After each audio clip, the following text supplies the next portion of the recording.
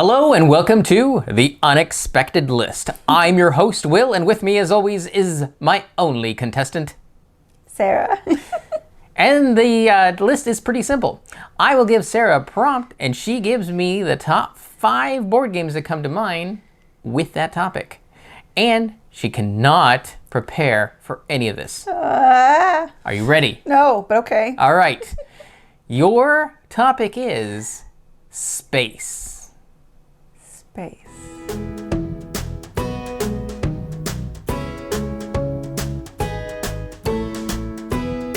All right, we're back with Sarah's unexpected stack.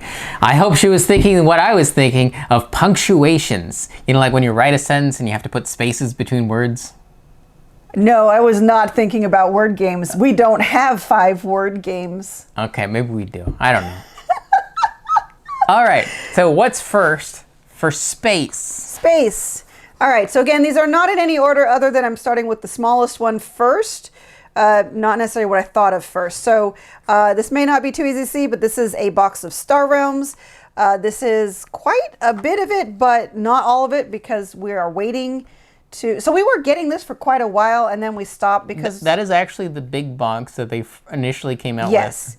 But they've come out with a lot more since it. And so when they did, and I'm forgetting what it was called, but they did a very large... Factions or something like that? No, that? after Factions. It was Rise of something, and I just can't remember what it is right now. Rise of Spaceship. I feel like... Now I'm not even remembering what that does. Cooperative play? I don't know, but it's a big thing. Okay. It's a big thing, and it's going to have a big all-in-one box, and we got a whole bunch of stuff we'd never gotten before. Anyways, so this is now actually probably a very small part of what is all of Star Realms. I play this mostly digitally, but it's still fun for Will and I to sit down and play it. It's a deck builder. With spaceships. With spaceships. And there's 4 different factions, and you're basically just trying to destroy the other. I mean, they don't call it... What do they call those points that... They're the influence points. Is that what they call it? Wait, Something. There's influence points. That might be the money. But yeah, you have 50 life. They use a different word. I can't remember what it's called. But so you've got 4 factions that each faction has a different thing that it specializes in. And so you're trying to get combos working. Usually the more you have of a certain faction, they can combo well with each other. But later cards in the series added multi-factions and things that worked off of that. So I really like how they've been growing it, sort of, because sometimes it can be a bit much. Mm-hmm. But it's still a very fun, fast, 2-player game about space battles. Okay. That's Star Realms. Number 2. All right, Space Explorers. This is the game that replaced Splendor for me, because it is basically Splendor with a bit more gamery bits to it. But you are trying to put together a research crew to launch, what do you call it, the little satellites and things? Yeah, satellites, spaceships, shuttles and things.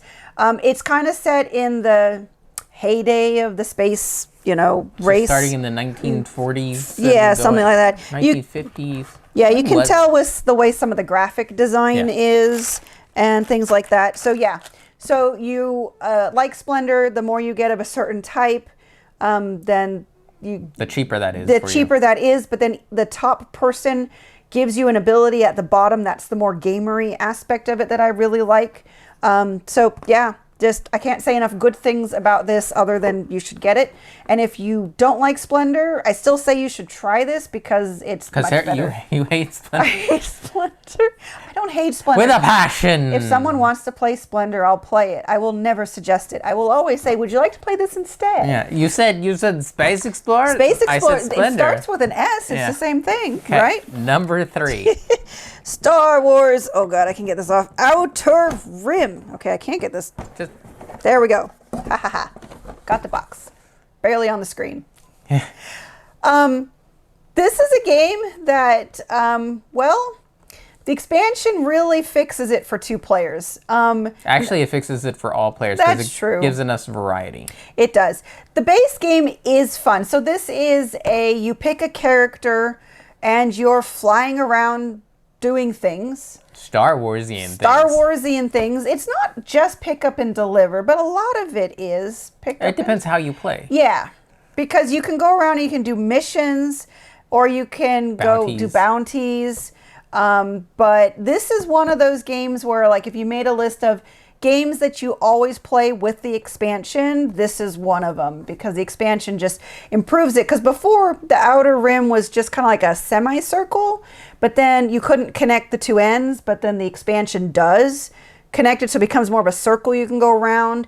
And then there was a lot More like a protractor. Yeah, but there were a lot of issues at the 2-player count where it just really wasn't balanced, and then they really did balance it out. So, yeah, I don't know what else to say about this. It's just a lot of fun.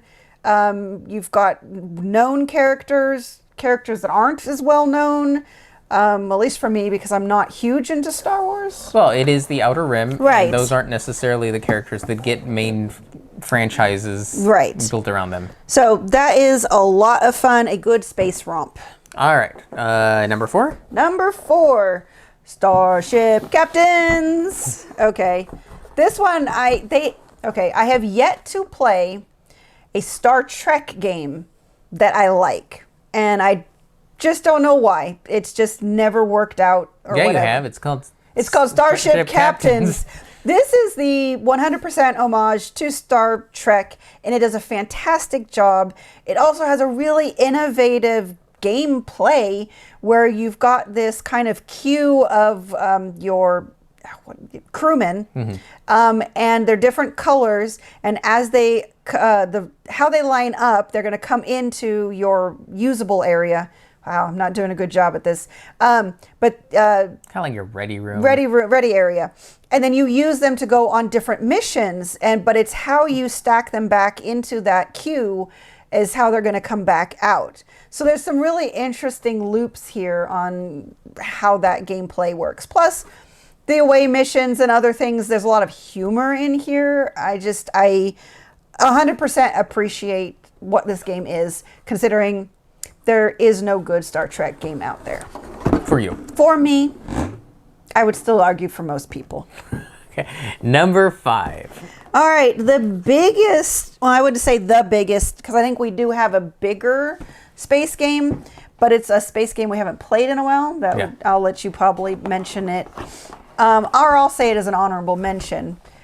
But this one, Beyond the Sun, really like it because it is basically a tech tree game. There's a little bit of a space board. This is one where we were really disappointed in the expansion. Yeah, it was a very, very overpriced expansion for what it actually offered. And it didn't really improve the game a whole lot. Yeah, because it barely added anything. Yeah, it barely added anything. But your main thing is that you are trying to move up these different technology trees, and you're getting points along the way. Now I'm trying to remember the end game trigger. There are a number of main goals that once they get reached, then the game ends. Right. So you're trying to reach these different goals, which can be a combination of this space exploration conquest board. Technology developed. So just really appreciate this game for what it does, because Will and I really do like tech tree games. And so I guess I'll move on and say my honorable mention, although it might steal one from you. It would be Merchants and Marauders. That's a pirate game. That's a pirate game. What's the one I'm thinking of? No, the other one. You're thinking of On Mars? Not On Mars. Although On Mars is another one. Alien Frontiers? Not Alien Frontiers. Those were the ones I was thinking of. Oh, no. Merchants of Venus. Yes. Okay. Merchant of Venus was the one. The Eric Summerer game. The Eric Summerer game. That is true. Merchant of Venus. We've played it probably twice. And it's been decades. No, I don't know. It's probably been at least 1 decade since we've played it. It was a good exploration game. It just takes a long time. Yep. So, Merchant of Venus is my honorable mention. And what were yours? For space? For space. I would have to probably go with On Mars. Okay.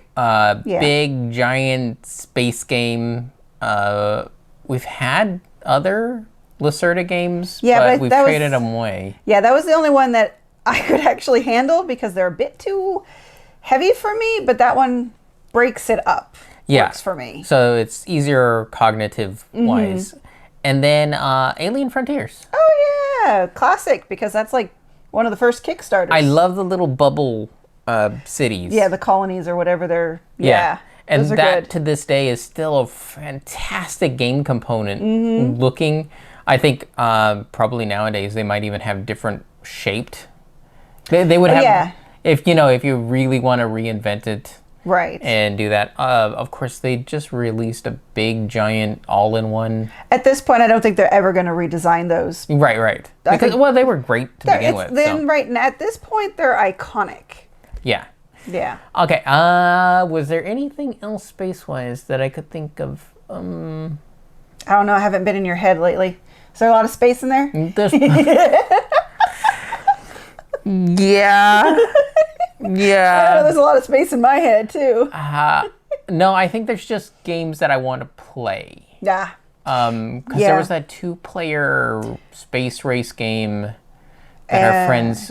One Small Step. Yeah, One Small Step. Yeah, that's one that's been on our to play shelves for a while. Welcome to the Moon. Oh yeah, we started playing Welcome to the Moon, and we need to get back to that. Yes, flippin' right. That's honestly 8 games in one. It really is. Which is why we haven't reviewed it. Yeah, we played like three of the maps. 3 of the maps. And so we need to do the rest of them. Yes, 3 of the maps. So still 5 to go. Yes. Okay, that's it. That we're spaced out now. That was super unexpected. Very much. In fact, this whole video got very unexpected. We ran out of memory in our thing. So if you see a weird cut, that's why. It was unexpected. It's in brand. And this has been the Unexpected List. If you have any questions, comments, or concerns, you can reach out to us on the various social media platforms at Rolling with Two, that's TWO. We're on Blue Sky, Facebook, Twitter, and Instagram. For Discord, we have a channel on Tabletop Express. Check the show notes for the invite link. If you have time, check out the other content Nanaman has found for you, because remember, he's rolling with you.